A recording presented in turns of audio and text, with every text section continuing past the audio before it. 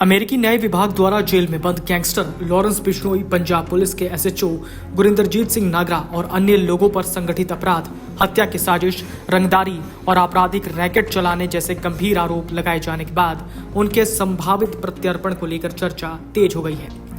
कानूनी विशेषज्ञों का कहना है कि केवल अमेरिकी अदालत में आरोप तय होने से प्रत्यर्पण खुद ही नहीं हो जाता। इसके लिए भारत अमेरिका प्रत्यर्पण संधि और भारतीय कानून के तहत पूरी प्रक्रिया अपनानी होगी। एडवोकेट राजेश वर्मा के मुताबिक भारत और अमेरिका के बीच 1997 की द्विपक्षीय प्रत्यर्पण संधि लागू है। इसका सबसे अहम सिद्धांत डुअल क्रिमिनैलिटी है, यानी जिस अपराध के आधार पर प्रत्यर्पण मांगा जाए वो दोनों देशों में दंडनीय होना चाहिए और उसके लिए कम से कम 1 वर्ष की सजा का प्रावधान होना चाहिए। हत्या, आपराधिक साजिश, रंगदारी, मादक पदार्थों की तस्करी और हथियारों से जुड़े अपराध भारत में भी गंभीर अपराध हैं। इसलिए सिद्धांत रूप से अमेरिका के आरोप प्रत्यर्पण का आधार बन सकते हैं। उन्होंने बताया कि अमेरिका यदि औपचारिक अनुरोध भेजता है तो वो पहले विदेश मंत्रालय के पास पहुंचेगा। इसके बाद गृह मंत्रालय और संबंधित जांच एजेंसियां ये जांच करेंगी कि अनुरोध भारत अमेरिका संधि और प्रत्यर्पण अधिनियम 1962 के अनुरूप है या नहीं। प्रारंभिक जांच के बाद मामला अदालत जाएगा, जहां कानूनी शर्तों की पड़ताल होगी।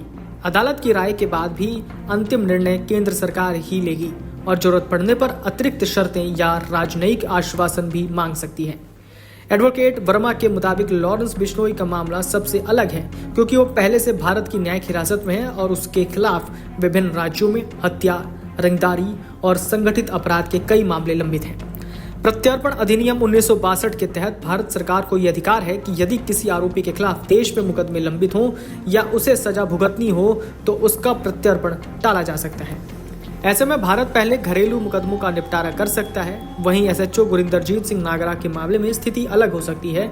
यदि भारत में उनके खिलाफ समान आरोपों पर जांच या मुकदमा शुरू होता है तो भारत पहले घरेलू कार्रवाई को प्राथमिकता देगा। वर्मा ने बताया कि अधिनियम की धारा 34 और 34A ऐसे मामले में भारत सरकार को विशेष अधिकार देती है, जिनके तहत विदेश में किए गए कथित अपराधों के आधार पर भारत में भी कार्रवाई संभव है। रिटायर्ड पुलिस अधिकारी सुरेंद्र कालिया ने कहा कि अमेरिका यदि प्रत्यर्पण की औपचारिक मांग करती भी है तो भारत उसे तुरंत स्वीकार करने के लिए बाध्य नहीं होगा।